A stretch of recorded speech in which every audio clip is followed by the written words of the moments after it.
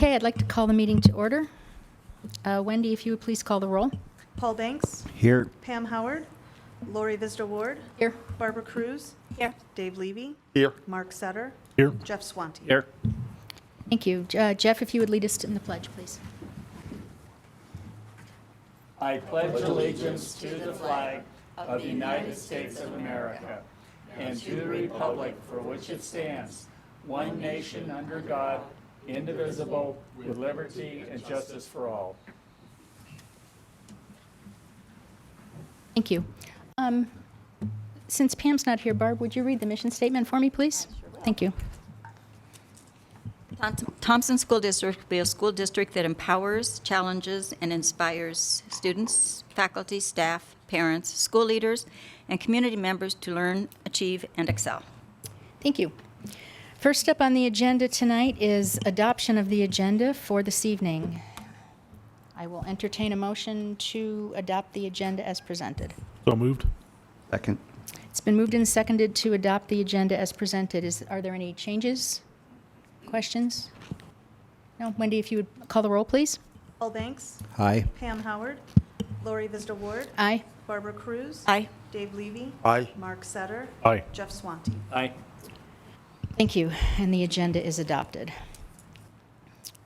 Next up is item 3.1, which is approval of the minutes from January 23rd, 2019. And I will entertain a motion to adopt those, So moved. and a second. Second. Okay, I've got one change now that we've got a motion and a second. If you give me just a second here to get my...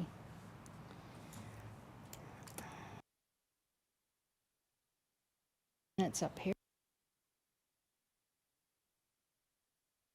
Oh, let's do, there's a minutes from executive session. Let's back up.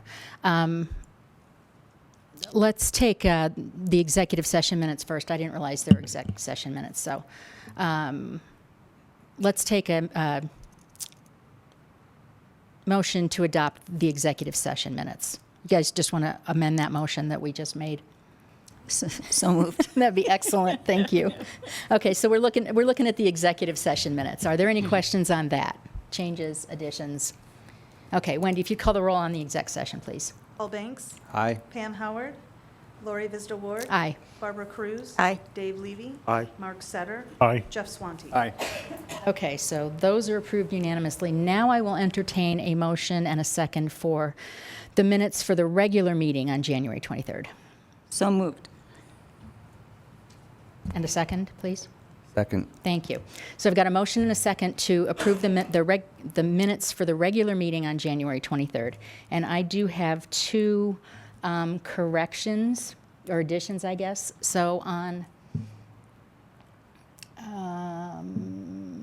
action consent items, Wendy, if you would add to that a notation that Dave Levy moved to pull the item that later became action item 6.1.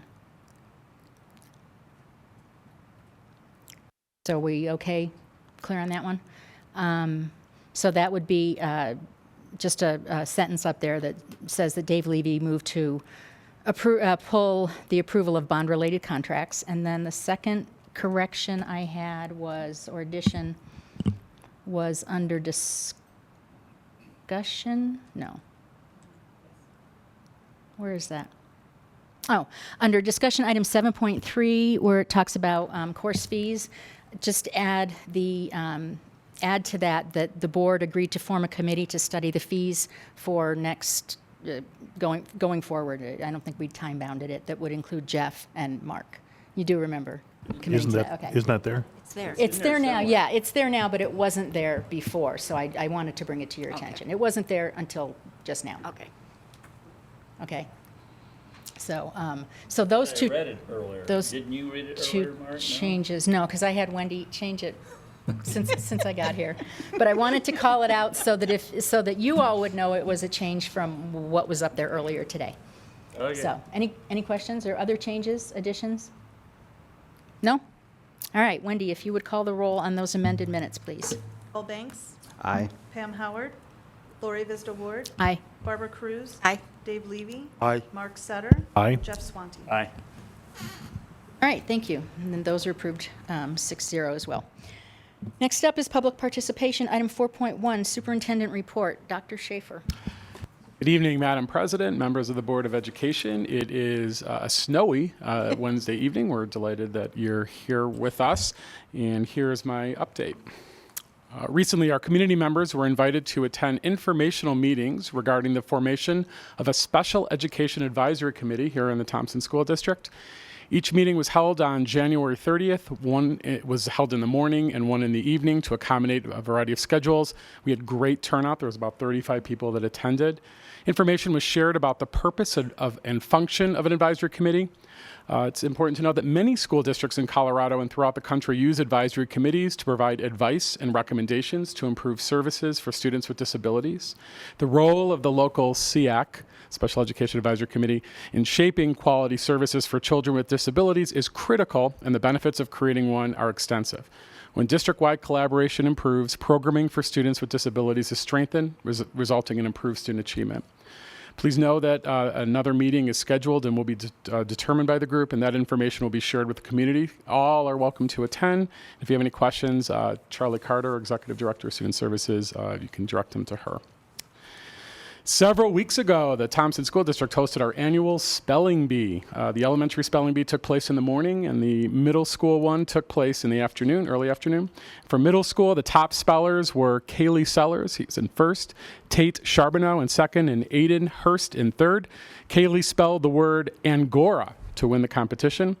Kaylee is a student at Walt Clark Middle School, and Tate and Aiden are both students at Bill Reed Middle School. 6 total middle school spellers will advance to the state level spelling bee, including our top 3 finishers, as well as Paxton Walker from Conrad Ball, Audrey Lenher from Walt Clark, and Anderson Hendricks from High Plains. We had alternates Peter Swing from Bill Reed, Thomas Goldberg from Walt Clark, Chris Brown from Bill Reed, and Caroline Walsh from Walt Clark. They'll be our alternates for the middle school.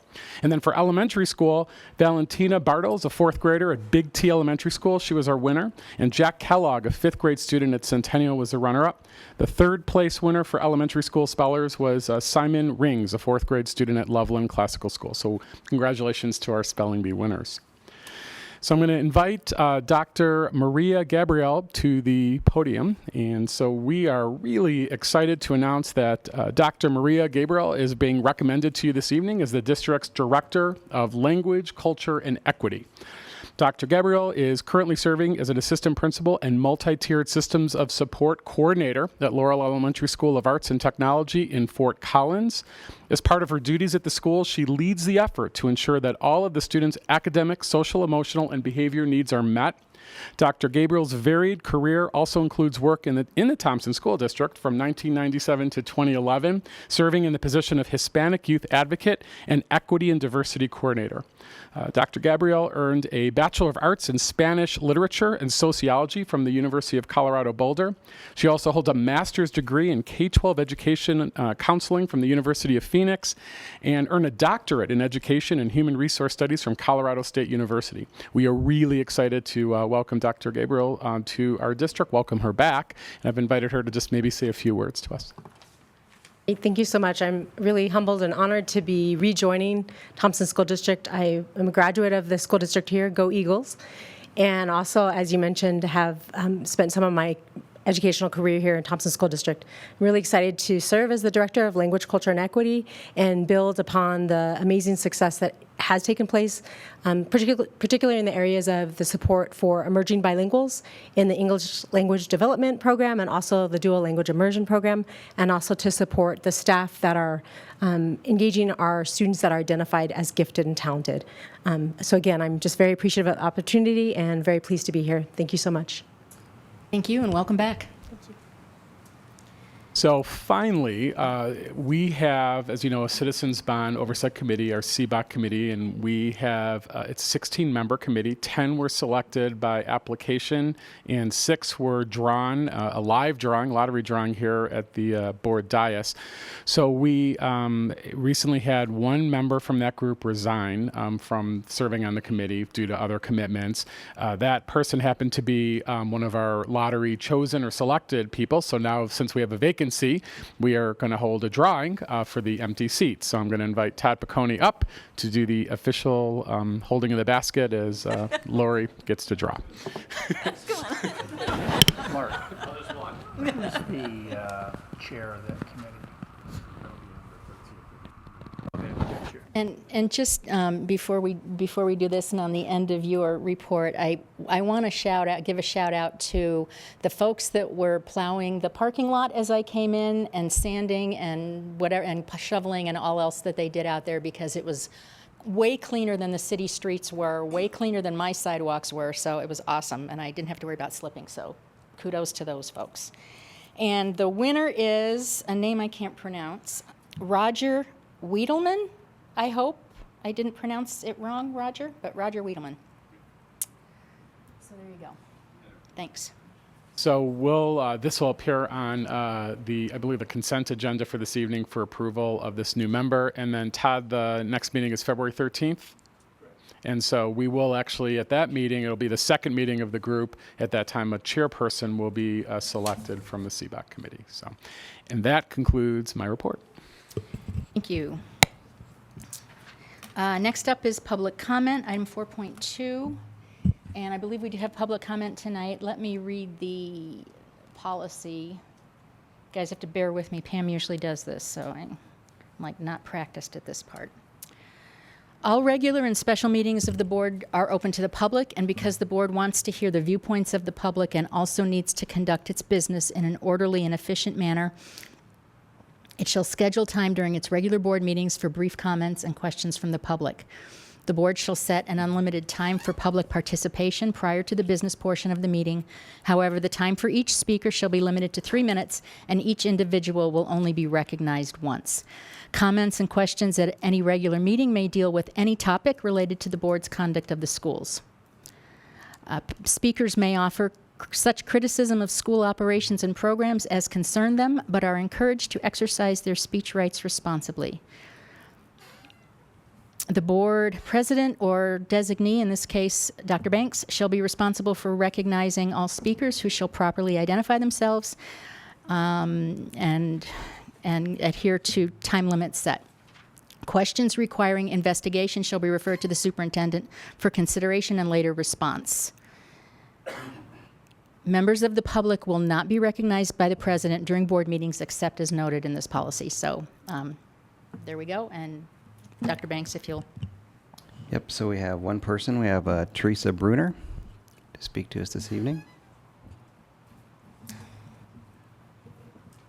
Hi, I'm Teresa Bruner.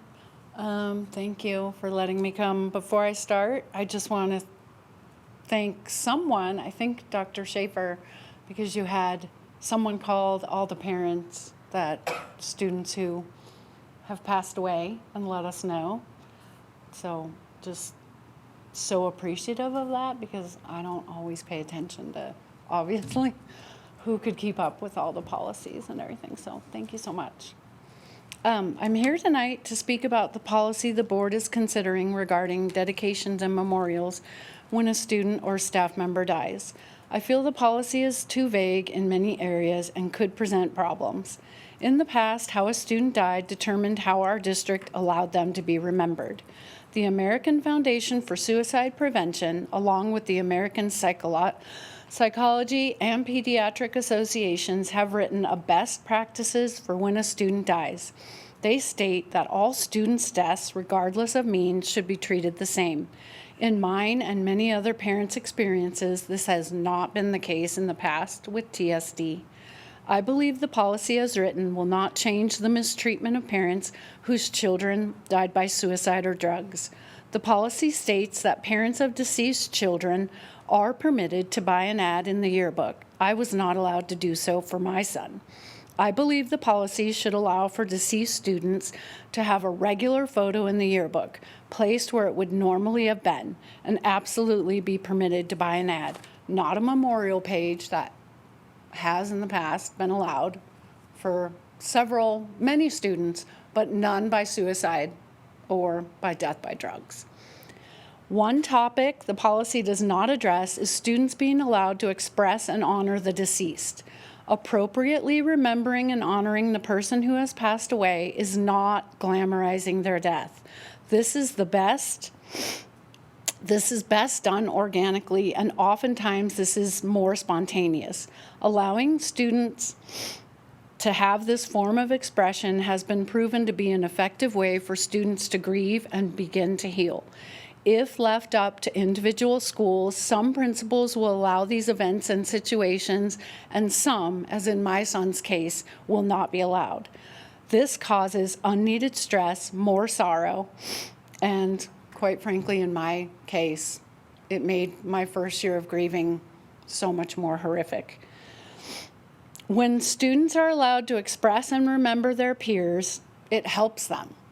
So I would hope that we would add to this policy so that it says in there that the superintendent will be basically making all these decisions, which I guess would be great, but again, that leaves a gray area. I'm hopeful the board will add clarity surrounding graduation and memorials, as the policy doesn't address this at all. My son and another Thompson Valley student were not allowed to be anything at graduation. Their names weren't allowed to be spoken. The students speaking were told they were not allowed to say their names. It was like they never went to Thompson Valley. That was very, very hurtful, not only for myself, but for his friends. Sorry. This is an archaic way of addressing student death and graduation, and we are about 10 years behind most other districts. My hope is the district would look at other districts and states before making a final decision, perhaps even allowing parents like myself who have been impacted by the lack of policy so far to have a voice. We could have insight that might very well be helpful. I also just want to add that for me personally, I agree about not having permanent memorials at the schools, just because I'll use Berthoud High School as an example. I feel like that school is just, if I were a student there, I might be depressed, but how many banners and posters and reminders of, for me, I don't think it's the place for it. I think that should be in the public or where you want to have it as a family, but I don't think it's appropriate for school. Thank you so much. Thank you. That's it? Okay, thank you. That brings us to the end of public comment for tonight.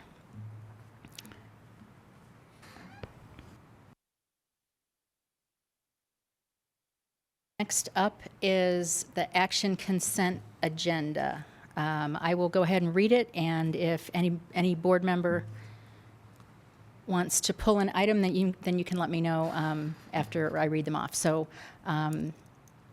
let's take a motion and a second, and then I will read them.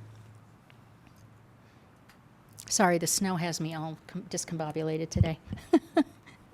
So I need a motion to approve the action consent and a second. I move to approve the action consent items as presented. Second. Okay, so it's been moved and seconded to approve the action consent items as presented. I'll go ahead and read them. 5.1, approval of the new Citizens Bond Oversight Committee CBOC appointment, which is Roger Wiedelman. Approval, or item 5.2, which is approval of personnel extra duty coaching recommendations. Item 5.3, which is a proclamation declaring February 4 through 8, 2019 as National School Counseling Week. Item 5.4, approval of 2019-2020 course fees. And item 5.5, approval of the boundaries for Stansbury and Van Buren elementary schools. Are there any questions, or does anybody want to take any of those off? No? Okay, hearing none. Wendy, if you want to go ahead and call the roll. Can I make a sorry. comment, though? Yeah, you may make a comment. And I know she had to step out, but I just want to make a few comments about Dr. Gabriel and emphasize I worked with her for many years, and I'm just extremely pleased that we're able to draw her back into the district for the scope of her knowledge, but also the passion that she works with her at her job. So I'm not sure where that position is going to go yet, but thank you for bringing her back. Whatever direction we can go, she's going to be someone that's really going to be able to help us out. So very excited to have that on the agenda tonight. Good job with that. She is our one approval of personnel tonight on the agenda. Okay, if there's nothing else, Wendy, if you call the roll, please. Paul Banks, Aye. Pam Howard, Lori Visda Ward, Aye. Barbara Cruz. Aye. Dave Levy. Aye. Mark Setter. Aye. Jeff Swanton. Aye. Excellent, and that passes 6-0 as well. Okay, we move into discussion items right now. Item 6.1 is the Head Start Cost of Living Adjustment. Lamb, Caro, and Don. Lamb, Don. Lori, quick point of order. Sure. Did I miss something? 5.3 is a proclamation. Did we need to read that or just approve it? We can, yeah. Yeah, hang on, Lamb. Let us read that proclamation. You want to read it, Mark? I hear you volunteer. Sure. I did too. There you go. Resolution, National School Counseling Week, February 4th through 8th, 2019.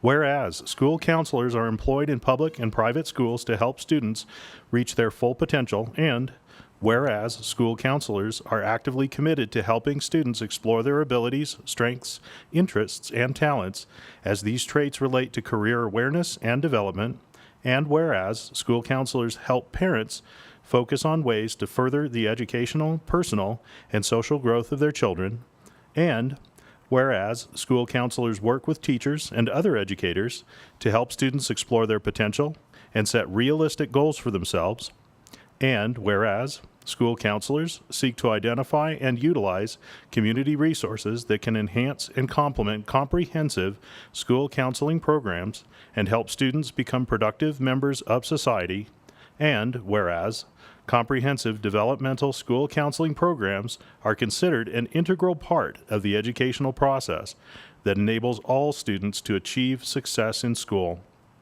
Now, therefore, be it resolved that we, the Thompson School District Board of Education, hereby supports National School Counseling Week, February 4th through 8th, 2019. Approved and adopted this day, February 6th, 2019. Thank you. Thank you. And a big thanks to all the school counselors that work in the district, whether elementary, middle, high school, they do a huge job. It's a huge job. So thank you. Thanks, Mark, for pointing that out. All right. Now we're on, right? You're on. Madam President, members of the board, Dr. Schaefer, Don Huckabee, Chief Academic Officer. Tonight we have before you an item for the cost of living adjustment that's an annual thing that happens through Head Start. And so Lamb Caro is here to share the details around that. Good evening, Madam President, Dr. Schaefer, members of the board. Lamb Caro, Early Childhood Administrator, and thanks for letting me come and present to share our intent to apply for the 1.77% of the cost of living adjustment that Head Start is offering our program this year. The intent is to apply for this funding, which equals out to $22,136, and to support the cost of living adjustment that was made this year for all staff members. So basically, that's a backfill. Yeah, it's just it'll help support what the cost of living adjustment was made for this year. So it's not going to go on top of, they're not going to get an additional 1.77. No, they will not. Okay. Questions? Yep. This grant, is it an annual? It's an annual cost, annual grant? It's different from year to year. So some years we may get it and some years we may not. We've gotten it the last 4 years, but there's years where it hasn't been given. So it just depends.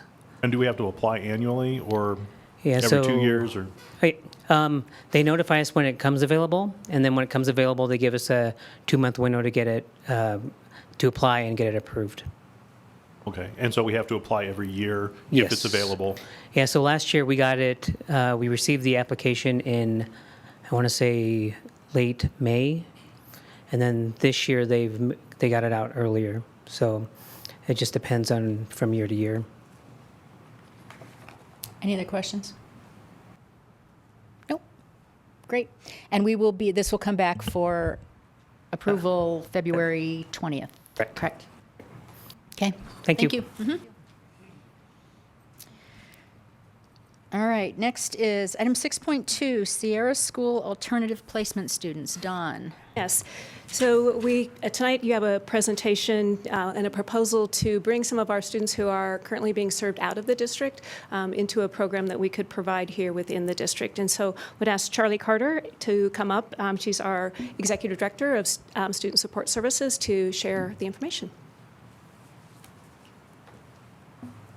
Good evening, Madam President, members of the board, and Dr. Schaefer. Thank you very much for giving us this opportunity to present this evening.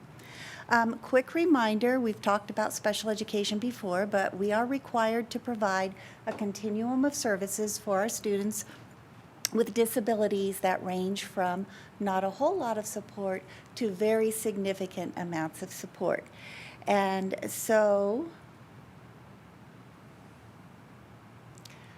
we have some students eligible to receive special education services whose needs are so great that we do not have the programming in district, and so they attend an out-of-district placement. And in doing so, we meet our requirement to provide a free, appropriate public education, or FAPE.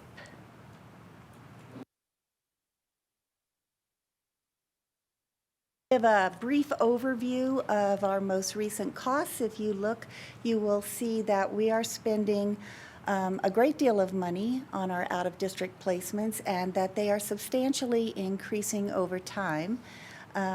This reflects that our students in general who have social, emotional, and behavioral needs are increasing both in number and in the significance of their needs. So we are proposing that we would return some of our secondary students, that's middle school and high school, who are currently attending the Sierra School in Greeley or some of the other facility schools in Denver and Fort Collins. And we would like to do that by creating similar programming in the district. When we're talking about either changing programming or adding new programming, we consider first what's in the best interest of our students. Will this best meet their needs? We also consider the financial implications, and then we consider compliance with state and federal laws. And so what we are proposing is that we would enter into a partnership agreement with Catapult Learning Schools. And this is a company that provides special education programs and services across the United States. And they serve the academic, behavioral, and emotional needs of students through the Sierra School. They have multiple schools called the Sierra School. And so ours attend the school in Greeley, which means that those students are transported to and from, but that means that the vehicle is going to and from, and then to and from.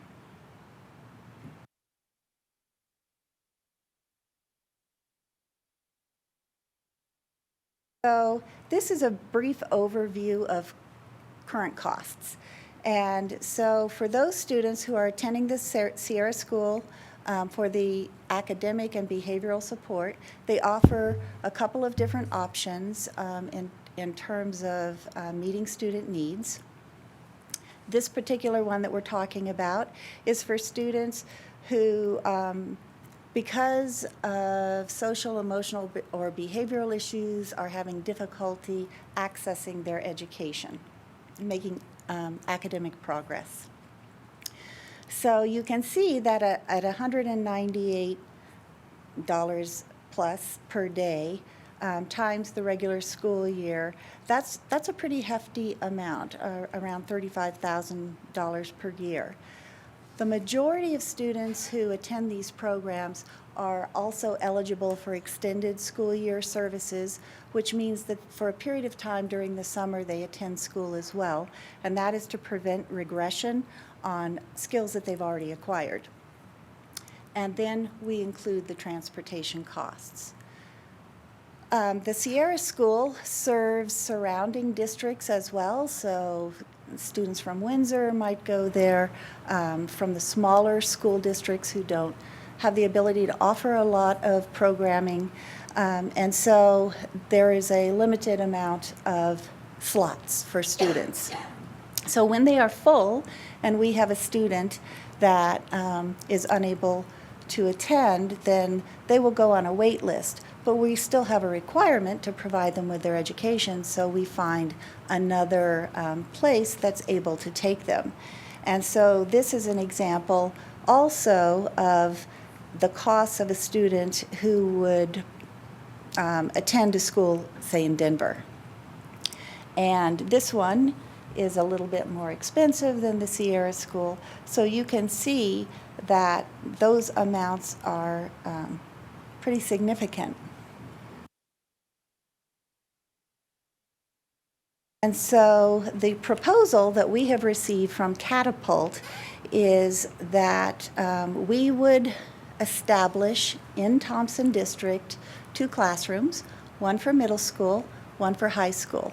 Each would serve 10 students. And the set price for those students would equal $58,000 if we were to have 20 students. That would be our monthly fee.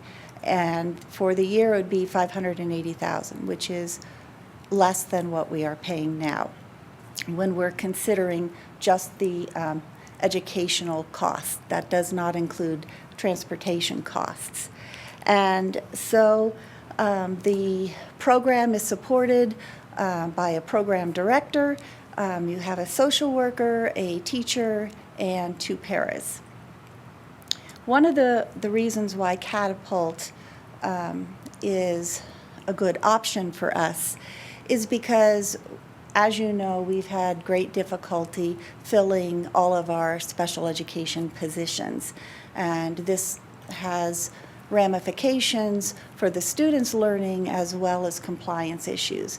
And so with this program, the staffing comes with it. Catapult recruits and trains their staff. They are responsible for making sure that there are qualified, licensed professionals who are well trained in the classrooms, and that would not be a function of Thompson School District. Back up a minute. So you may ask why Catapult? You know, there might be other companies out there that we could consider. We have a long-standing relationship with Catapult. We've worked with them. We've seen that our students do well. And as I said, there is the benefit of them providing the staffing for the program, and they are easily accessible if there are issues, and we have had a very positive experience with them so far. So if you look at the benefits, one, there are transportation savings. You have in your folders a summary of transportation costs, and you can see that those are very significant as well. And when we talk about the best interests of students, you know, we have to consider that sometimes these students are going to school and on the bus for an hour, they're on the bus for an hour coming back. That's a loss of time that could be used in a better way. And it also prevents those students from participating in some extracurricular activities that would be very beneficial to them. And so if we bring this programming back, we're able to keep our students in our community. And as we value community, we want to convey to them that they are an important part of the community and that they have a place where they belong, and that we want to include them in our school. As I said, transportation is decreased. They have more access to district resources, and we also have more access to the family to support them.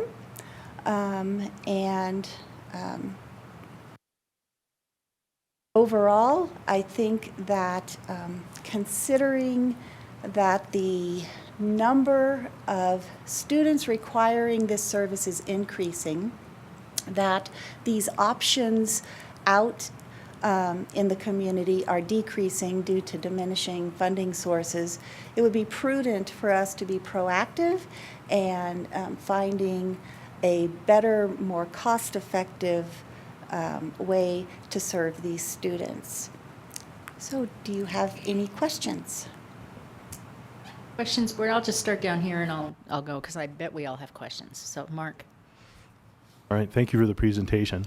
I'm very excited about this proposal. I think it's a great direction and strategy for us to look at. I think you've laid out a lot of the benefits. One question that I have is, how long have we been transporting students out of district? How long has that program been in place in action?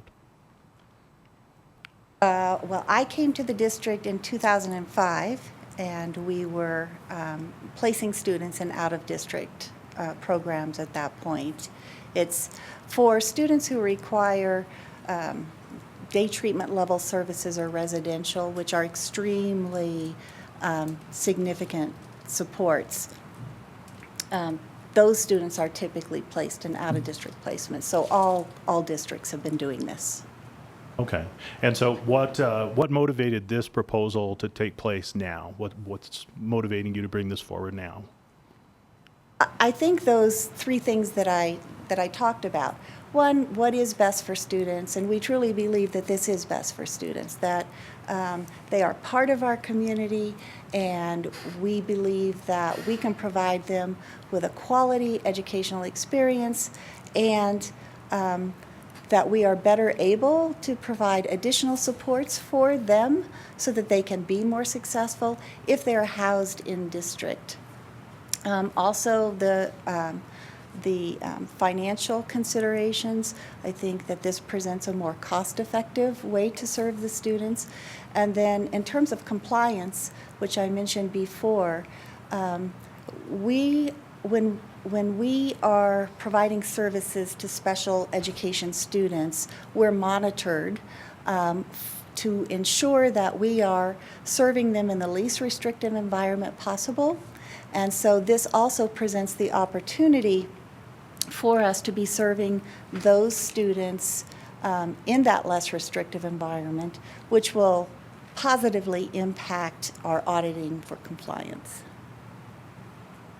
So in the event that we build the infrastructure for this program and we fill it, we populate it, and at some point we actually don't fill all of the seats, is it possible that neighboring school districts like Poudre and St. Vrain could actually use us the same way we've been using Greeley?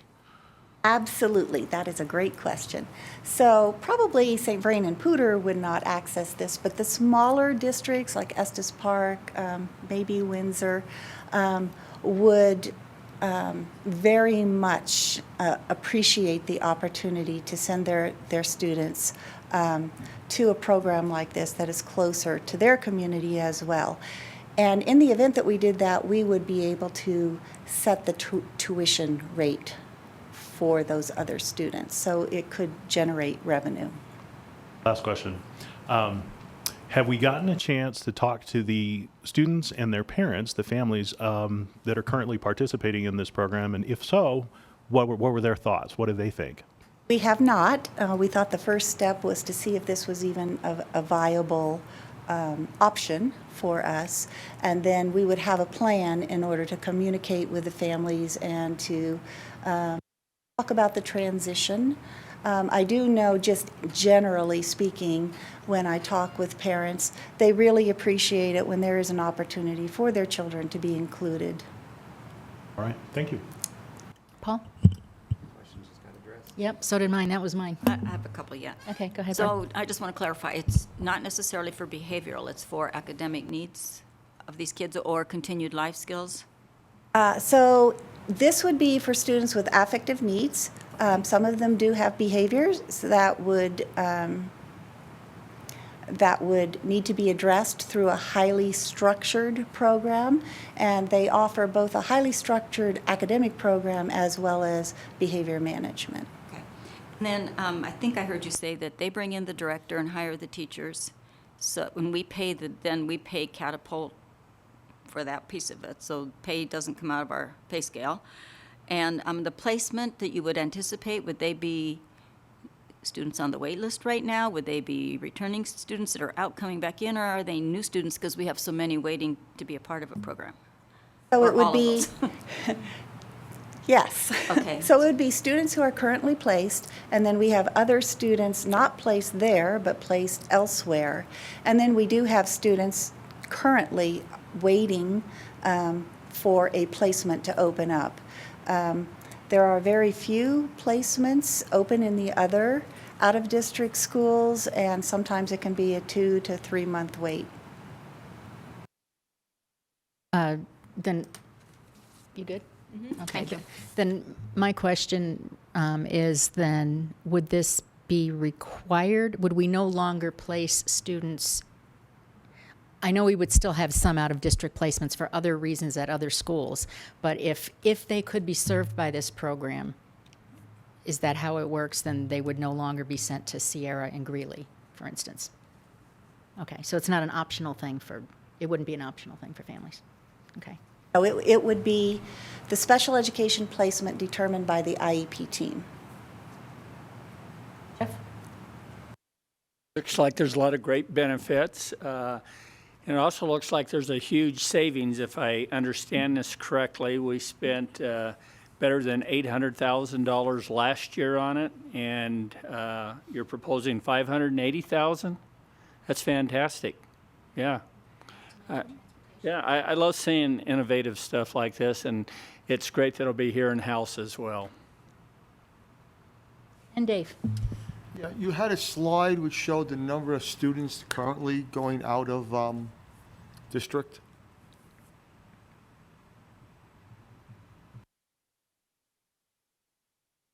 How many of those current 30 students would be returning to the district with this program? So I have with me Christy Briles, who is the ESS coordinator who oversees this, and she can answer very specific questions about numbers of. So currently there are 10 students that we could place in this program right now. And is there any opportunity to replace more than 10, or those 20, just it's not practical to place them within the district? No, there's opportunities to place more students, and a lot of times students are coming in and out of the district from residential facilities, from youth corrections, and so that also changes daily. So you consider that in your recommendation is these 10? Yes. Okay. Currently, like right What's your today. Yeah. Can I follow up on that quick question? So do the quick math for me. So we're talking about saving, so we're really not saving $804,000. How much are we really, if it's only 10 students at this point, it seems almost a wash. Am I doing quick math? I'll give you an example. So I have, there are students on a wait list, okay, and there we have also students that I've placed. Particular student is in Denver and is costing us, between transportation and the tuition, is $133,000 a year for one student, because Sierra School in Greeley is full and we do not have anything closer. So the spots that were available or open, we can, like Charlie said, then we charge other districts to fill them. Sierra School already has a wait list. I don't foresee any issues filling. So I'm a little confused. You said 10 students. I'm looking at, what is this, slide 5 or 6? So we're talking about building 2 classrooms. It says number of students, 20 total, 10 students in each room. So are we talking about a phased deployment, or how do those numbers work out? So the first phase would be the 2 classrooms, one at the middle and one at the high school level. Okay, so after phase 1, we have a capacity of 20 students that we could serve. Okay. And so you foresee 10 immediately being in there, which would leave 10 spaces open, that maybe a couple more during the And year, there's always, next year. Right, there's always IEP evaluations and meetings in progress, and those are also potential students that we could bring in. So 10 and 10 would be max. Right. Once we hit 20, then we're done with that, unless we Have add two. another classroom or something. There are also elementary schools or elementary students that would be moving into the 6th grade middle school classroom, and I did not count those. So that'd be Oh, I see, that Some are more. already in our elementary. Yes. That instead of going out would just stay. Correct. Okay. Any other questions? So are we going to look at this as a approval item next, or are you just looking for a head nod that this is an idea worth pursuing? I think we would be seeking board authorization, like we would need you to vote on this because it would be a change of placement and programming because we'd be housing it here. Okay, so there will be a vote next. Yeah, we'd want to bring it February 20th at our 20th. next board meeting. Yep, okay. And any other questions in the meantime, we can,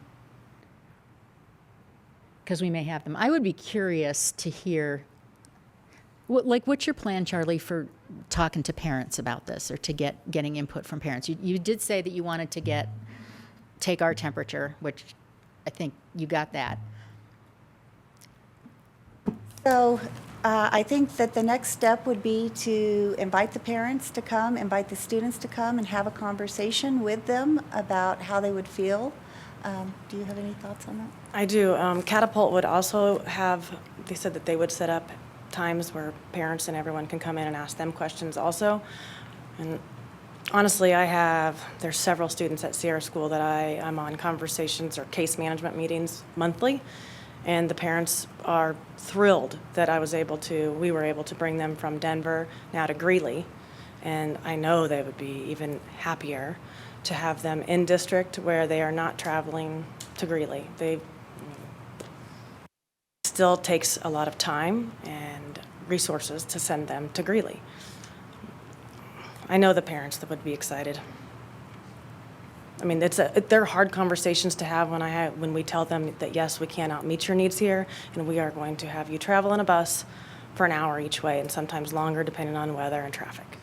So I think most parents would be excited to have their students in the district and inside a school or closer to home. Anything else? All right, thank you.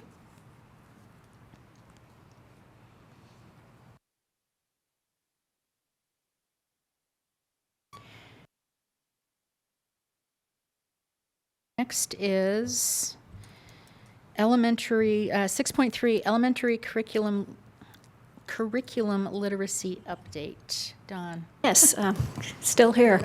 Yes, it's one of those days.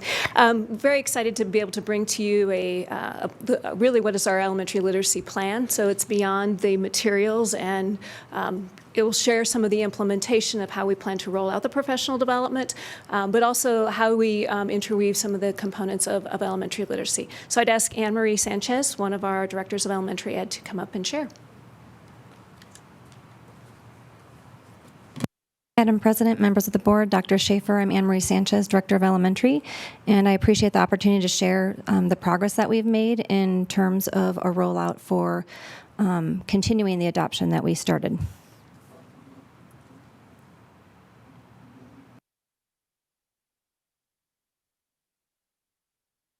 So I thought I'd go back a little bit. When we first were having our discussion about implementing a new literacy curricular materials, some of the things that we were considering were specifically around a balance of text and complex text, just knowing how the new Colorado academic standards had changed, supporting all levels of learners, making sure that we have a comprehensive materials that will meet the needs of all the way from our students that are below grade level all the way to students that are above grade level, making sure that we can really offer quality instruction for all levels.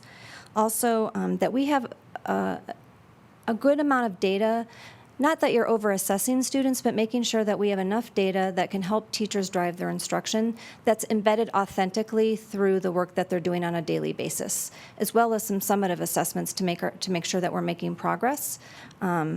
Also can give us some predictors for how we might be doing on our CMAS assessment as well. The other thing is making sure that we really consider quality professional development for our teachers. You know, if we really want to maximize student achievement, then our teachers really need quality training to do that. So that was when we were first initially looking at materials. This was actually part of a board presentation a couple years ago. Just thought to revisit that. Then just knowing where we are with our current resources. We know that we've had partial adoption. Just wanted to share with you where we are at with the schools that currently have ReadyGen. We've been talking a little bit about Foundations, Phonics and Phonemic Awareness program, WordWork program, and then some schools that adopted Journeys. And so just to refresh, Monroe was our first school to adopt ReadyGen. They were an initial pilot school for ReadyGen, and that was in 2015. Then Van Buren and Winona, they moved and came on. Once Winona was the, they were actually, both of those schools were pilot schools for Journeys, and then also one that we had initially considered was Wonders, and that one didn't make the cut. And so making sure that the teachers at Winona still had literacy materials to, after they'd already had 2 years of instructional resources. So they purchased ReadyGen. And then also we had this last school year, this current school year, Carey Martin, Namaqua, and Stansbury that are utilizing ReadyGen.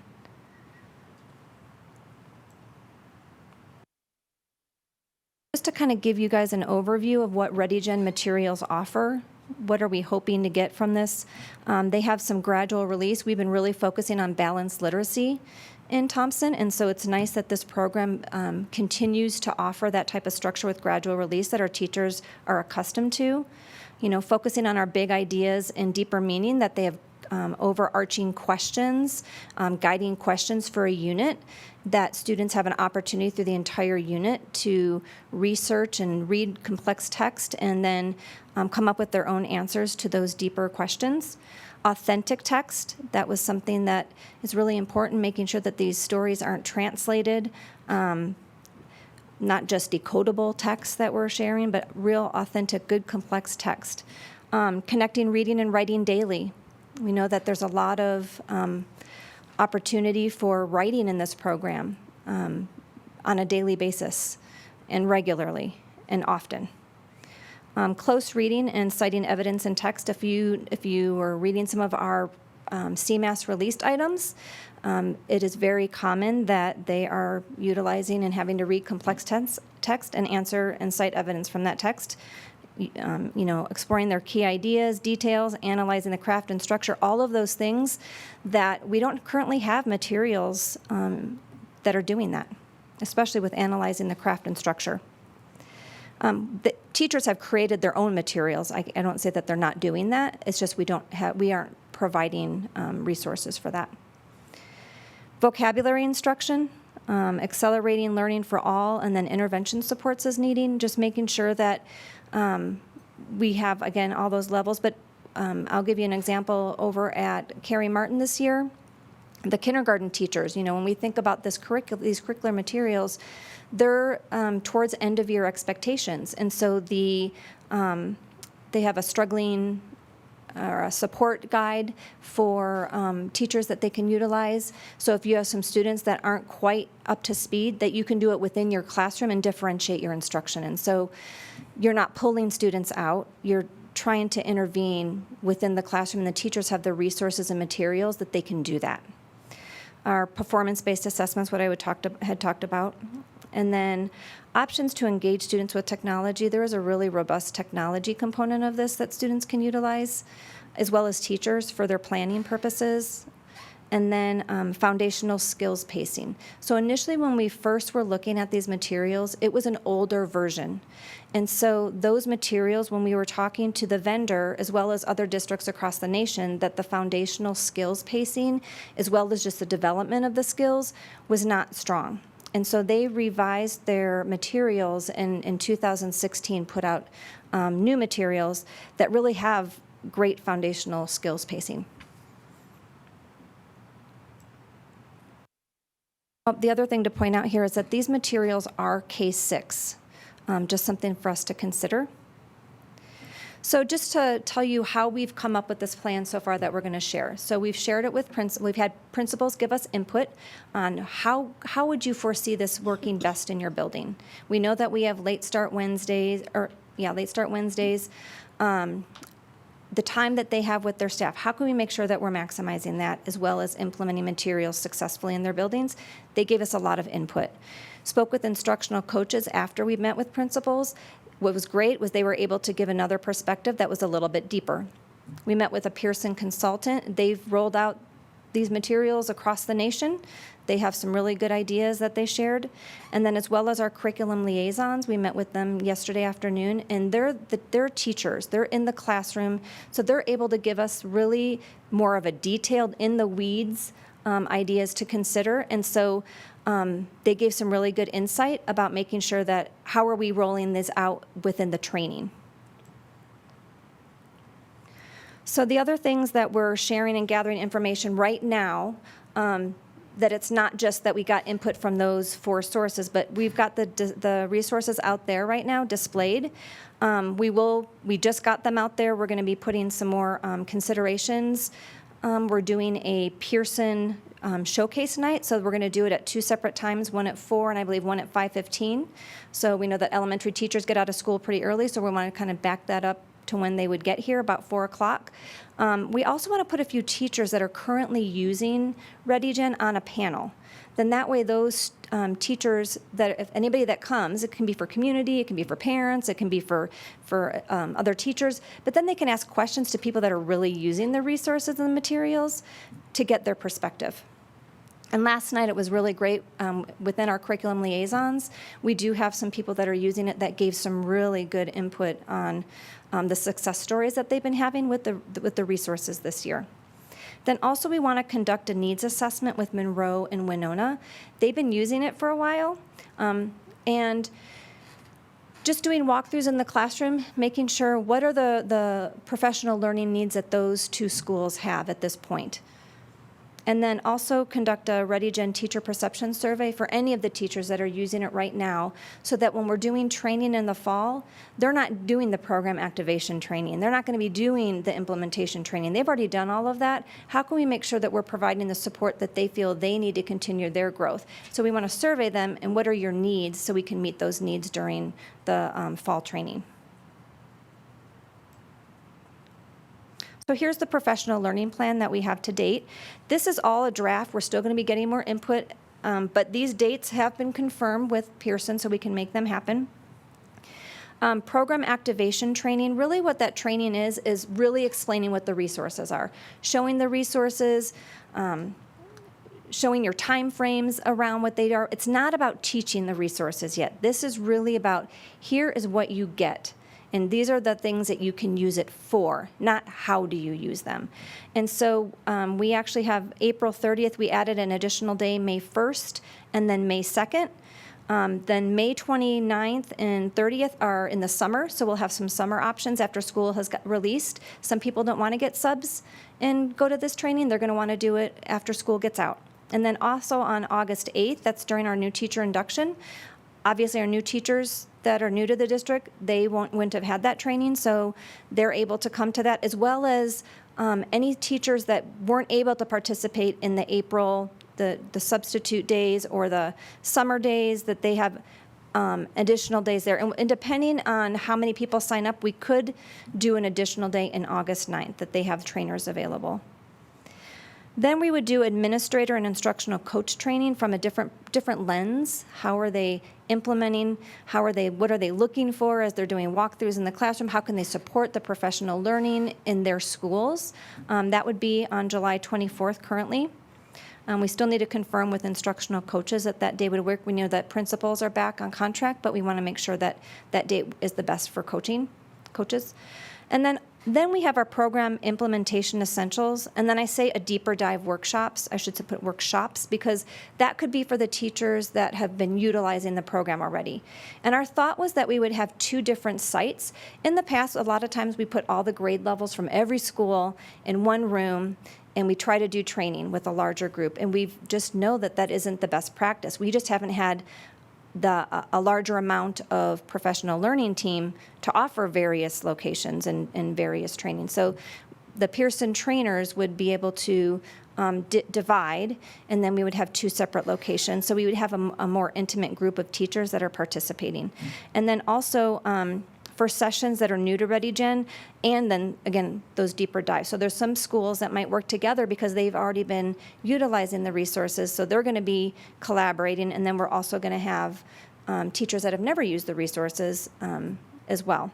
The other thing is that the schools are going to self-select collaboration teams. This came up this year. Stansbury, Namakwa, and Carey Martin, they're implementing, and they've taken one Wednesday a month, and they are collaborating together and found it very valuable that those teachers have an opportunity as grade levels to get together monthly and discuss how they're implementing. When you're getting a whole bunch of new resources, talking about pacing and spiraling curriculum and different things that they're getting used to, it's great that they have an opportunity to collaborate together. And we thought the coaches gave that input and said we would love that to continue with the other as we roll out with other new schools.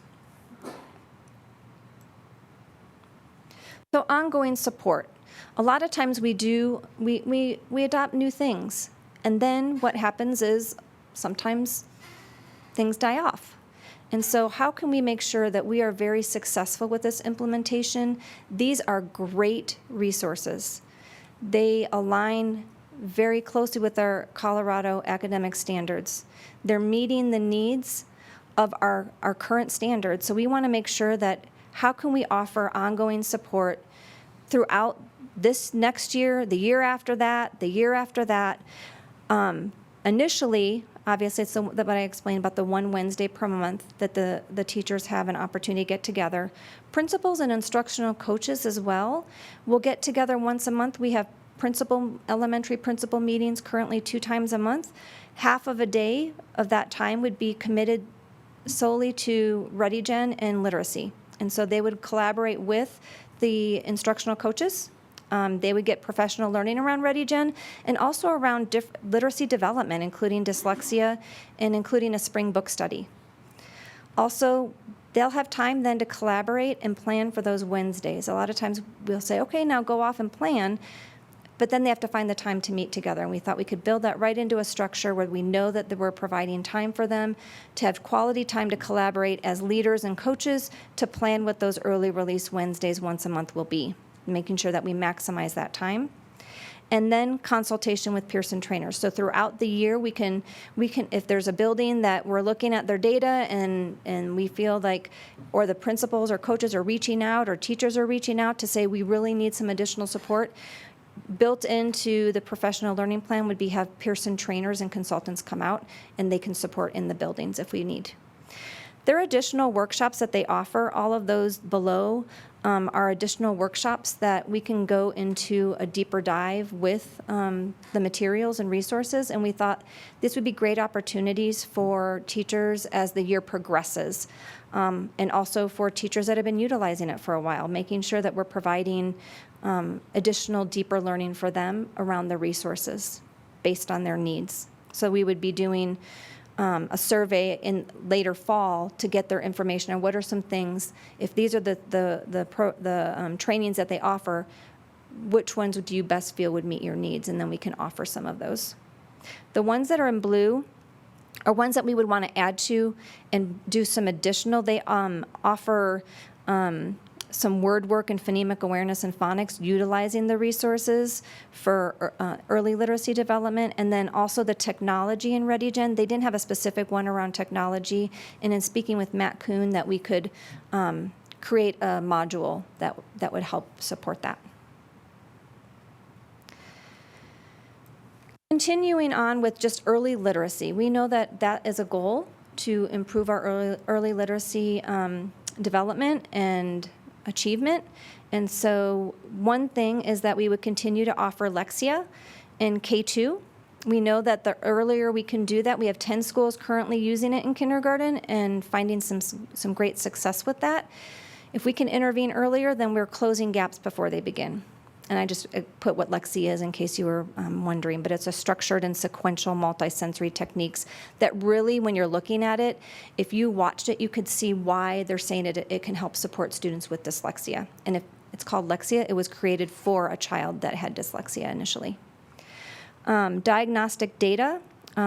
We have right now a Tier 2 resource intervention guide for intervening when students aren't meeting grade level or we have students that have significant reading deficiencies. Within that, we want to add some additional data flow charts that have more specific intervention suggestions for staff of things that can support students with dyslexia.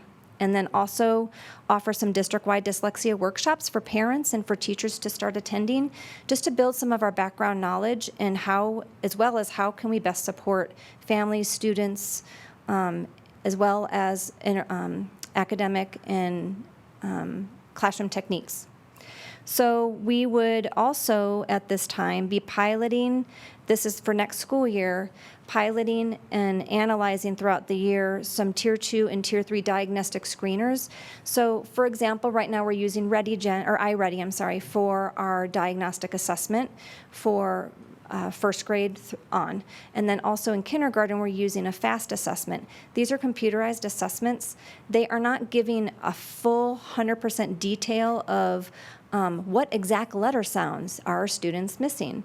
It's kind of an overarching that students have concerns around phonemic awareness or around phonics, but it's not digging to the detail that we really need it to. And so teachers currently have been utilizing, and buildings have been utilizing core phonics screeners, PALS assessment, different assessments, but we want to see which one do we want to make sure that we think is going to give us the best information and data possible to drive instruction, but then also we can provide professional development around, because right now, if teachers are doing that, they're not getting the training. They're utilizing their background knowledge, which is high in many cases, but how can we really make sure that we're supporting as a district-wide, universally supporting professional learning around those, and once you have your data, what do you do with that? So we'd like to get some better screeners out there. Early literacy development support. So you saw on that third slide, Foundations is a word work program that a couple of our buildings are currently using. We would not be adding any more of those this next school year, because we are working on our universal instruction with ReadyGen, which has embedded phonics and phonemic awareness. But the schools that are currently using it, we want to make sure that they have the training they need to implement it well, because they've already been implementing it. They're going to want to continue that. They've have those resources in their building, but we want to make sure that we're offering support for that as well. And then also, we currently have some early literacy development trainers that do some strategies that align with Orton Gillingham focus.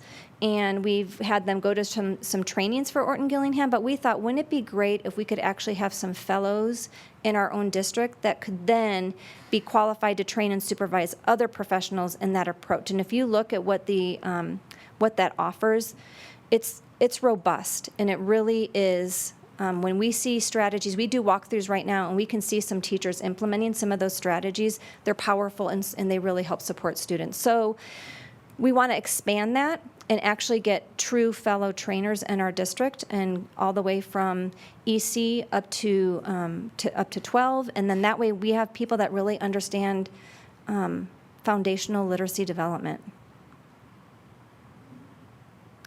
And our end goal is that we have all students reading at grade level by the end of third grade. That's always been our goal, and it will continue to be our goal. We want them all reading. Okay. Any questions? Thanks, Anne Marie. Yeah, questions. I'm sure there are down here. I'm going to go Barb, and then Paul, and then Mark. Okay, I'm going to just start off with a few comments about some things. And obviously, I have a little knowledge on literacy, so I'm going to just kind of forge right in and go over that. I was looking at your considerations for materials, and the literacy is taught across disciplines and comprised of a balance between rich literature, complex text, and informational text. I totally agree with all of that, but I have spent quite a few hours now browsing and visiting schools, and I feel like ReadyGen is a great reading program, but I don't feel like it encompasses all the parts that need to be included in a balanced literacy program. And when you said it includes the gradual release, that's one piece of the balanced literacy. But yeah, it has writing, but the writing is a real, it's focused on whatever the kids are working on, it, reading at that point in time. It doesn't allow for that opportunity to expand beyond. Felt very limited in what I was seeing with the writing. I'm really, really concerned about the word work. Kids become writers and spellers if they have opportunities to do a lot of writing and a lot of word work with that so that they can make all those connections.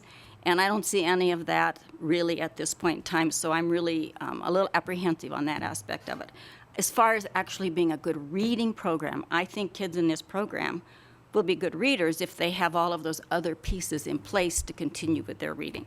And I'm going to stop there. So the foundational pieces that are in here, one thing that we have currently, we have an elementary resource guide for teachers. And so within that, we would be offering suggestions of what your daily structure could look like. And so making sure, especially in our early K2, what type of amount of time and materials are you using, which are in the curriculum, for the word work and that component, as well as through your guided reading. And so when I looked at their small group guided reading, I couldn't get a sense as I was going through and watching. To me, it didn't feel like necessarily guided reading. I didn't ever really get a feel for what materials are they suggesting during guided reading, those kinds of things. I felt like it was always taking them back to universal core material, but not letting them have, this is where I can read. This is what I should read. So they have decodables in there in the lower grade, which is helpful for building the phonics and phonemic awareness, well, not phonemic awareness, but phonics development. And then also, they do have small group text, and that would be used for guided reading. That doesn't mean that you still wouldn't need a supplement. You know, when we look at it, all of our schools have book rooms or have classrooms that have classroom sets of books. We know that a robust program for guided reading is going to continue to read lots of text and just above their grade level, and we're going to continue to offer support in reading strategies. That's why if you looked at the blueprinted trainings, that doesn't mean that we don't need to address that. So that's why that component is in there, to make sure that we are continuing to offer that type of training, utilizing these resources, seeing that no curricular material is perfect, but these are really good. Yeah, good and reading. So it's just, there's going to have to be a little bit of supplemental. And what I said the last time was that it doesn't always teach teachers how to teach writing. Exactly. And a lot of them don't. No. And so that's going to be a component that we know that we're going to need to emphasize.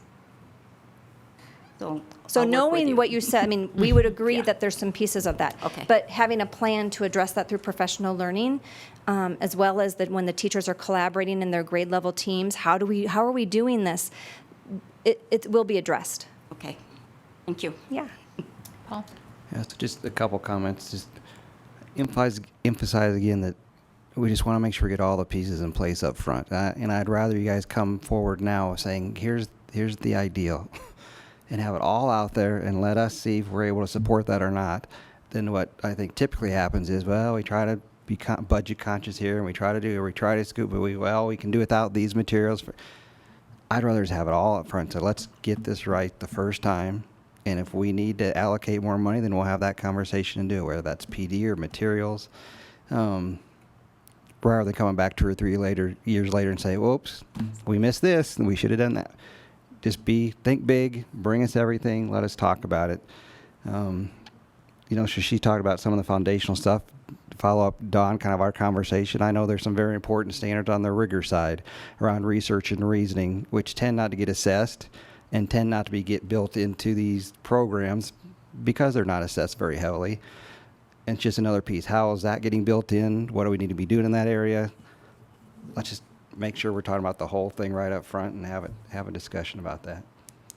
So we feel that the initial implementation pieces is robust.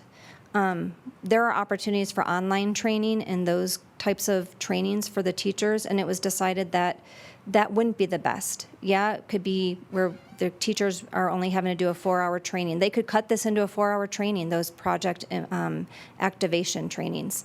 And we said, no, we want to do it right, and so we're committing to the 6-hour training, which is what they suggest. So all of those types of components, like the coaching, the consulting, the principals and coaches getting together monthly with possibly the consultant from Pearson coming in if they need that.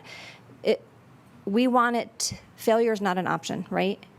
And so we agree completely, and we want it to be done right.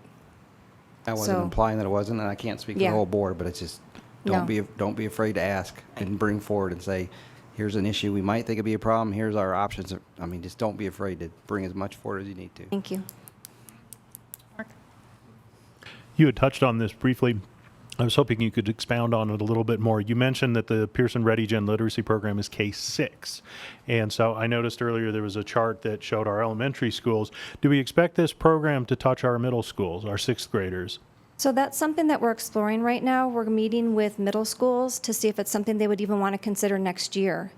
I'm not going to put that out there because it's not 100% decided, and we still need to collaborate with the people that would be utilizing the program and make sure that it is viable, right? But we know that our test scores from our transition years, especially from 5th to 6th, is where we have our largest dip.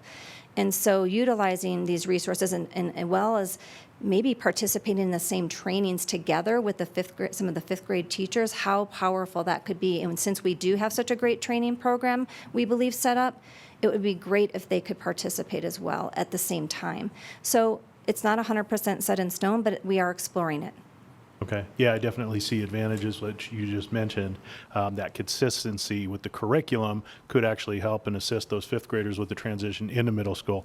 We all know, I think many of us have done it. We know what that transition feels like. It's pretty tough. And so anything that can help facilitate that transition is good. What literacy programs are we currently using at the 6th through 8th grade level? They're using Literacy Design Collaborative, so they are using self-created units, kind of like what we have done in elementary as well. They focus with a high lens of content, so they collaborate a lot of times with the science and social studies teachers. Plus, they have traditional novel studies that they've been doing. We'd like to increase some of the complex text availability and writing as well. All right, thank you. One more. So do you have any way to vet the consultants that will be coming in to do the training? I already spoke with Pearson. Okay. And said that there are certain things that we have high expectations around in making sure that we get the best quality possible, as well as their messaging. That can make all the is difference in the important. world on how successful this is. Yes, it can. Okay. Thank you. You mentioned technology a couple of times. I'm wondering how much technology would be involved in, kind of tying in with Dr. Banks' comment. Do we have the technology that we need, and do we have the instructors in place that understand how to use the technology so that we can train our trainers? So in terms of technology, I think you had a presentation from Joe and Jeannie, and they are a great support for technology in our classroom with instruction. I would say that just with even just overall teaching, we know that we have teachers that have a bigger strength in technology than others do. I think that initially the technology component, unless a teacher really is looking, they're real tech savvy and it's just how they already are functioning, that our first emphasis will not be on the technology piece unless that is what that teacher feels like they best need. I would say that would be transitioning into that deeper dive of training. Initially, we want to get teachers good with their just instructional practice around delivery of just the core curricular materials, but that doesn't mean that we wouldn't move to that with the technology. And I would say that we're working on, you've had a presentation from Matt Kuhn, and you know that we're really working on building technology in our classrooms, and there's some good goals for making sure that we would have all the technology that we would need. Are we there in all of the classrooms at this exact moment? No, but we're getting there. Sanchez, could you go back to a beginning slide which you showed the different elementary schools and which Yeah, and I'm programs glad they that you brought that up because I was going to mention about our dual immersion schools. So thank you. So there are, do I understand this correct? There are different reading programs or reading, and this shows which schools are using Yes. which. So the schools that are blank, what are they using? We're using the Literacy Design Collaborative and Units of Study, as well as the guided reading book rooms. We've been doing a lot of training around balanced literacy over the years. It's the materials that they have available to them. Okay, so what is the takeaway I'm supposed to get from your presentation? I don't understand that. Is the takeaway you want to use ReadyGen in all the? Yes. Okay. So that's our purpose right now, is that every single school across the district in elementary would be using ReadyGen. And that brings me to the point, initially, the last time I met with you, I had mentioned about the dual immersion schools.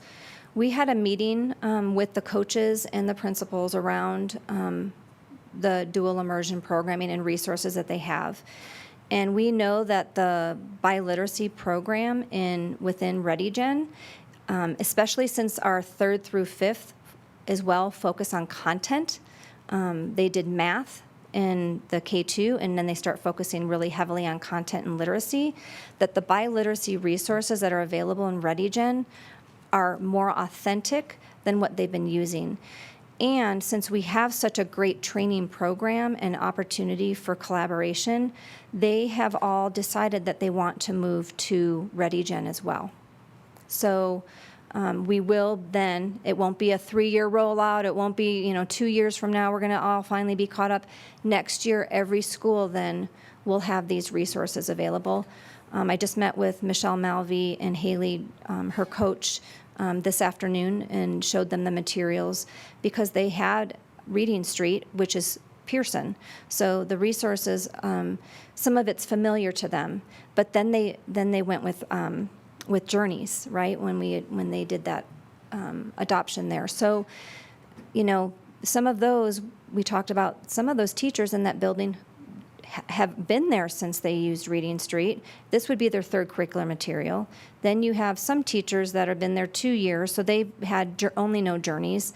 And then we have some that it's their 1st year using Journeys. So just knowing the resources in that building, they might need a little bit of different supports. And the thought was, when we talk about those collaborative teams, that Lincoln, Cottonwood, and Truscott could be a cohort of collaborators together since they have similar experience. Another thing that came up as a suggestion is that we have our about once a quarter or once a trimester that we have the schools in these cohorts not just meet with their schools that haven't been using it or the ones that have been, but we actually have people that have been users of the program collaborating with some of the other new schools. Then that way they have people that have experience. When they have those questions, they can get it from a classroom perspective as well.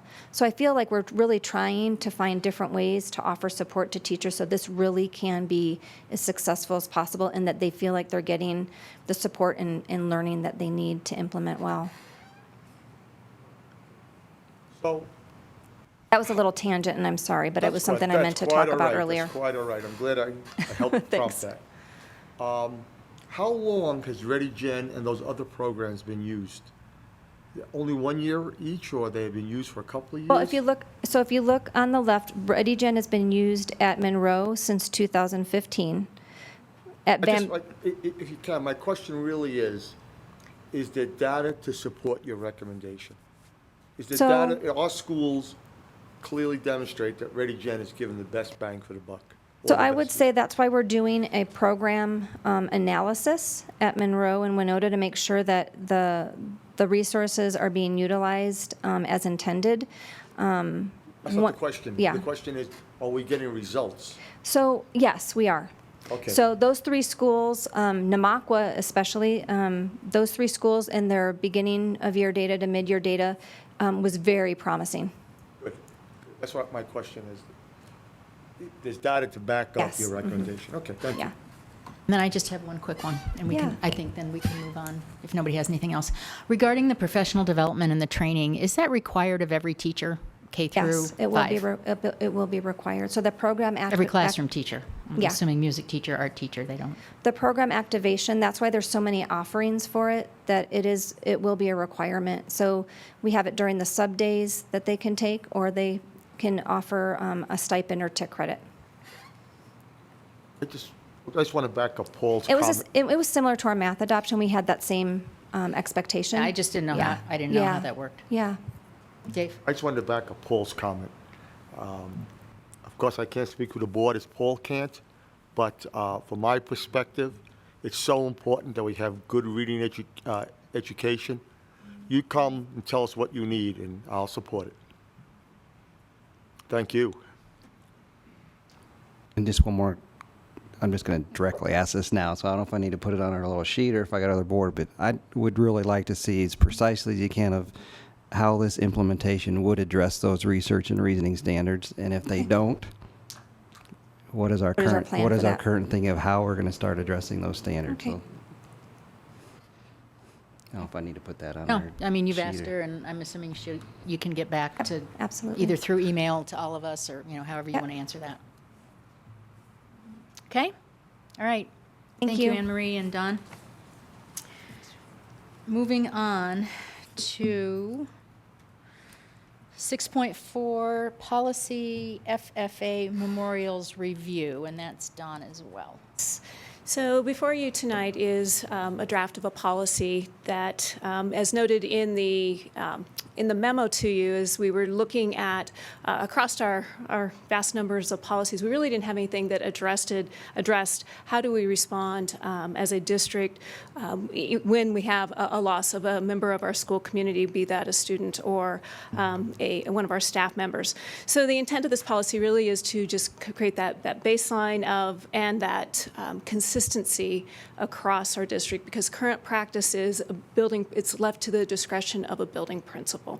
So this is a draft. It was pulled in part from some surrounding districts. We also had legal counsel look at it, and legal counsel added a number of things to it. Actually, the original was only about 2 paragraphs, and we ended up with more after legal counsel. But so this is again for your review. Happy to take feedback with the intent of adopting it either at your next meeting or at a future meeting. So just to clarify, Don, this is a new policy. We do not currently have a policy addressing Correct. dedications, memorials, and recognitions That is at all. correct. Yep. Okay. Questions, Board? Mark? You had mentioned where the sources were that inspired the document we see before us. Did CASB provide any examples? No, actually, we weren't able to get any from CASB. So most districts are like using, creating their own and. So there isn't a CASB model for this? Okay. Okay. Paul?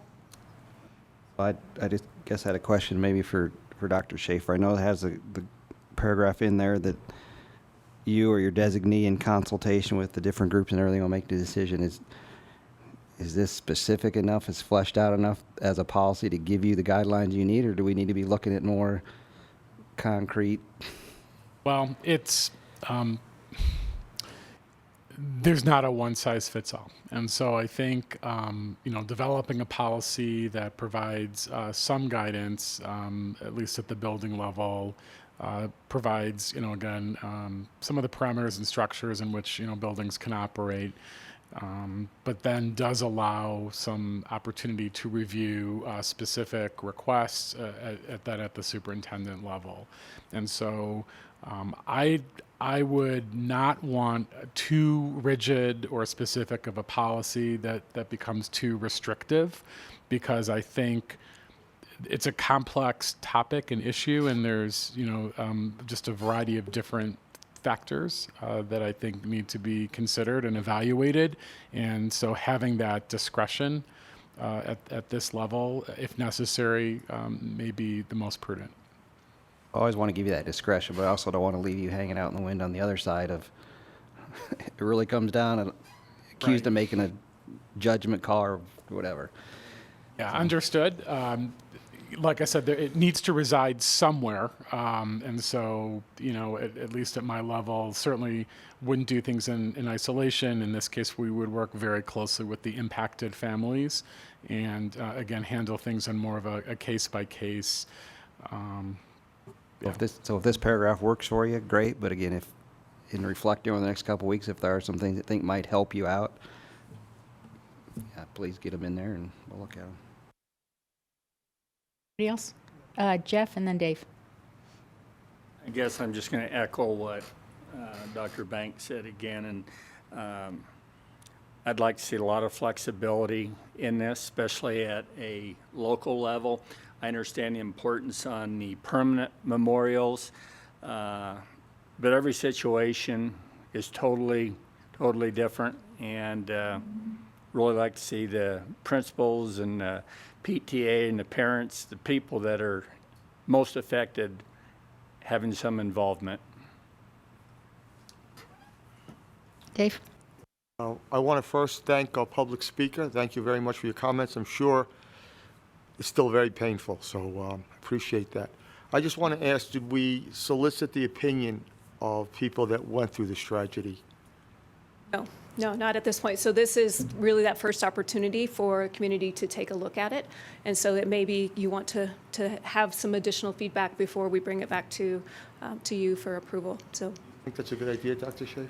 Yeah, if I could recommend, there's not an urgency. I want to make sure that we provide enough forum and opportunity, maybe for the community to weigh in. We've certainly, this is our first foray into this, and so we presented it, simply as a discussion item for information. We did receive some feedback tonight, I think some good suggestions, but I think opening that up and maybe providing opportunities for individuals to weigh in might be helpful. And then I know there was school districts handle this very differently, and so making sure that we survey. I know that Dawn and her team have done that, but really taking a look at just national exemplars, not just relegating it to the Colorado school districts, but taking a look at maybe some best in class, quote unquote, how other districts might handle that, but then also receiving some direct community input feedback as well from people that have been most impacted would be a good next step. Well, then, and that's the reason we put these out as, we have a couple readings on them. You have to start somewhere with something written, before you can get any comment. I had a question, and what was it? Oh, I know what it was. Shoot, and I just... regarding the speaker mentioned in the yearbook, and there is I just erased my.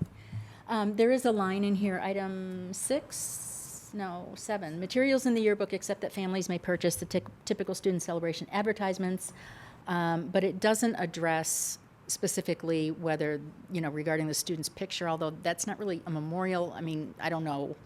But since it mentions yearbook in there, should we maybe, since yearbook is addressed in there, I guess I'd maybe like to see a little more specificity around that. Yeah, if we're going to talk about yearbook, let's put all the things in there that have to do with yearbook. And then just kind of a reminder to us that, and the public as well, that this particular policy addresses the memorials and the dedications, those kinds of things. It doesn't address some of the larger issues around student loss or staff loss or that kind of thing. So this is very specific to the physical memorials. There may be other things we need to address. There may be other things we need to talk about. But at this time, this particular policy is specific to that. So I just wanted to point that out. And this policy really lives in that use of facilities category under board policy. To address our speaker about graduation, that may be something we look at the graduation policy and insert that in a different place point versus this one, as this one really being more that what's the physical aspect. And then maybe the only other thing is, does it address, is there some kind of grandfathering or? Yes, at the very end. Did it say that? Did I just miss it? Yes, it's existing memorials. It's the last paragraph. Oh, okay. Remain intact, except if they require maintenance and that kind of thing, right? Yep, okay. All right. Anybody else? All right, thank you.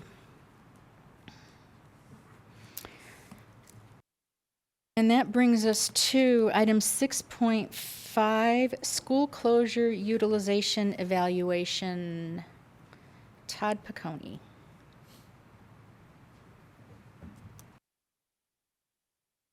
Yes, good evening, Madam President, Board of Education, and Dr. Schaefer. Todd Piccone, Chief Operations Officer. There's two items of discussion on the memo tonight. The first is per board policy FCA, staff has identified those schools that meet the criteria for evaluation for closure based on the 2018 October count.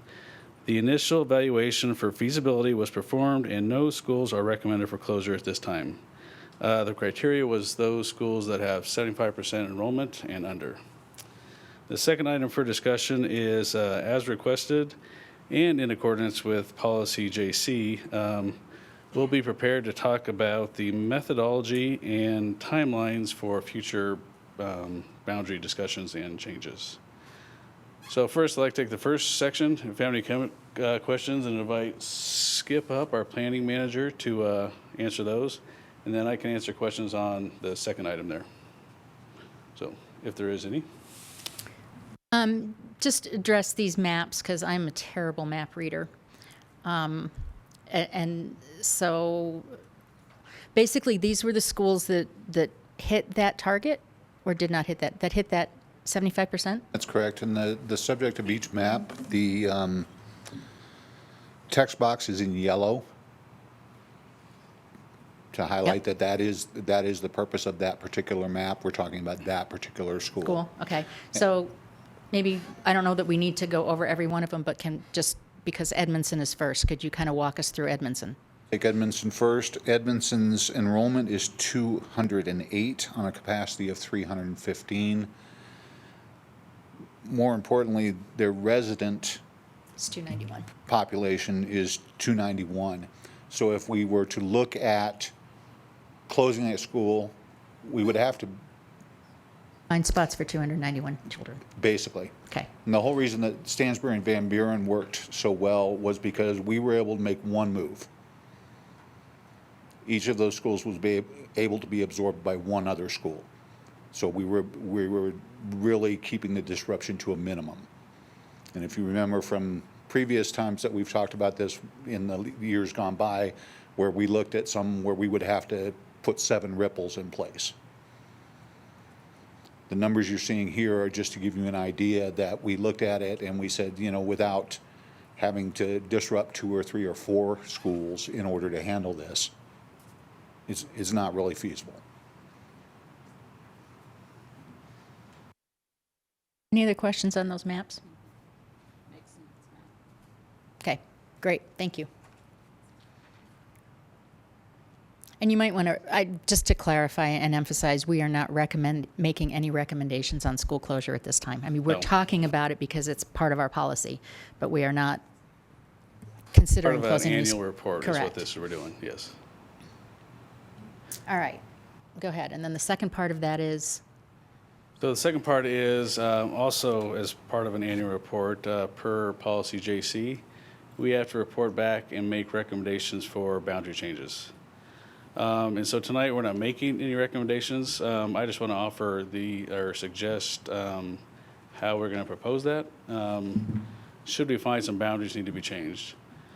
So the timeline would really not be until actually implementing in school year of 2020. But to give the community the chance, 1, to do input, 2, to have a year to plan, so next year being a year to plan for where their kids might go. It's actually would be an implementation proposed for 2020.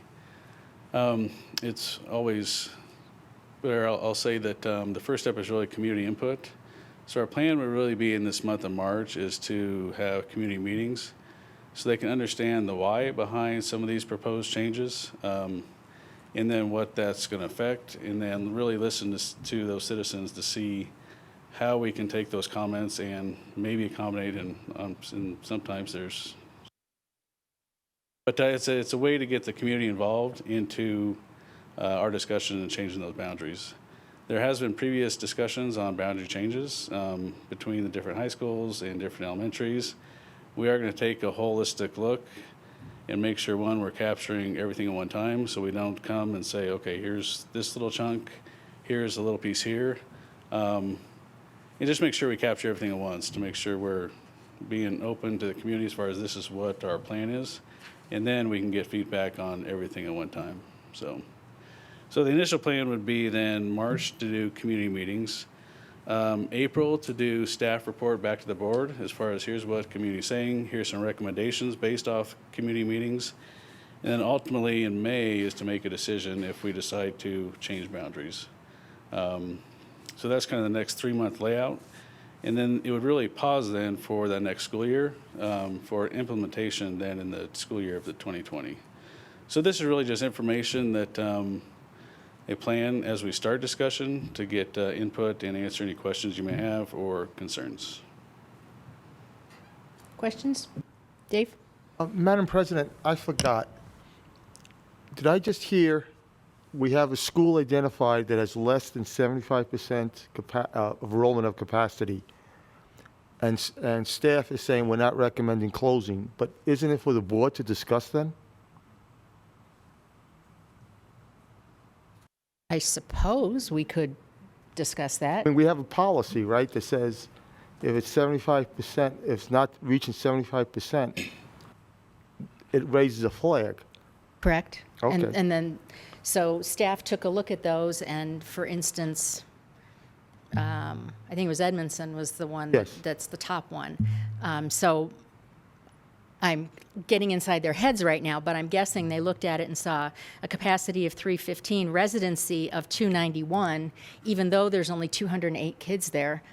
The resident kids are really close to the capacity of the school, so they would not move forward to recommend closure on that one. Skip mentioned that when we were looking at Van Buren and Stansberry, not only were the enrollment numbers low,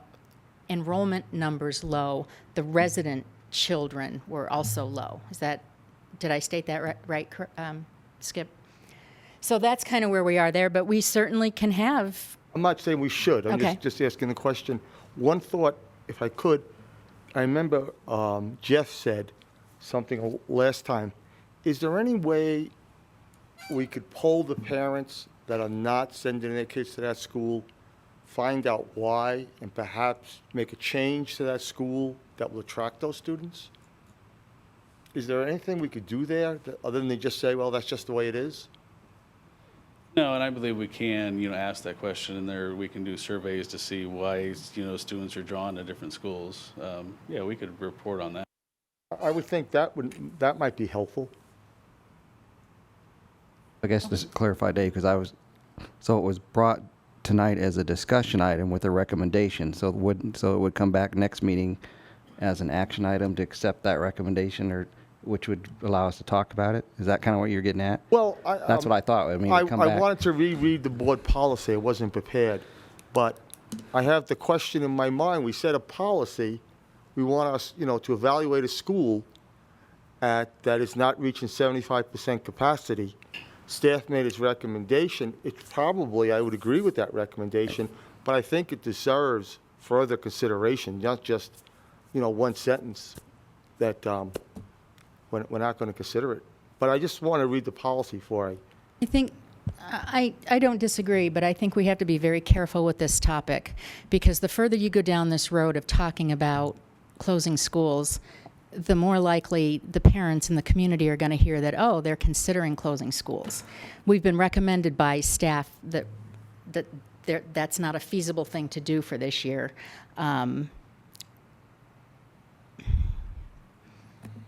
I don't know that, I don't know. We can certainly discuss it, but it would be And I like don't necessarily I understand that. I'm just trying to make sure I understand how procedures work, that if a recommendation comes forward, can we just not discuss it, or does it have to come back and say? It's sort of a negative recommendation. They're not putting forward an action. There's not an action going forward, so. So it wouldn't show up on the next board meeting under action consent or whatever, that we Not accept this the one. recommendation not to close any, it would just not come back? No, it would not, correct, because it's not it's a It's lack of yeah, action, I guess. It's a report Yeah. of our recommendation that we're required to do. Same thing with the next item there. It's a report of a recommendation on boundaries. That's the same situation. It's a report on our recommendation. So, I mean, we can certainly have, you know, as open enrollment has, the window's closed, but people are going to be notified where they're going, right, in the spring here, correct? Correct. Those decisions come by in the spring. So we could certainly do some, you know, polling and surveying, you know, why here? I'm assuming we have that information already. It just needs to be pulled together. we have the information of where they're going. We can detail out, we can detail that out a little more if we need to. But I would say in the end, it's not really going to change the outcome of what we're recommending, but it's good information to have, which we can do. Jeff? I like the way we're going about this, actually. They've made a recommendation, and if we didn't like the recommendation, any one of us as a board member could make a recommendation that we have a further discussion at a future meeting, and it could be seconded. I appreciate the recommendation and don't feel we should feel any obligation to have to take it further unless we felt we wanted to have a conversation. And so then the question is do we want to have that conversation any further? I don't have that at this time. I'm just asking that question. Okay. Yeah, and I would Right. say on item 2, there will be further discussion on that. This is just more information for Right. the next steps. All right. And then on the boundary timeline, could we have that in writing? Absolutely. We will finalize that and get that going, yes. Because I'll forget by the time I leave here what I the won't plan forget, was. but yeah, we'll get that. I to know you. you won't, but I will. Jeff? Yeah. This is a little bit off topic. Maybe this is a question for Skip. I just surprised to see Ponderosa in here is dropping down below 75%.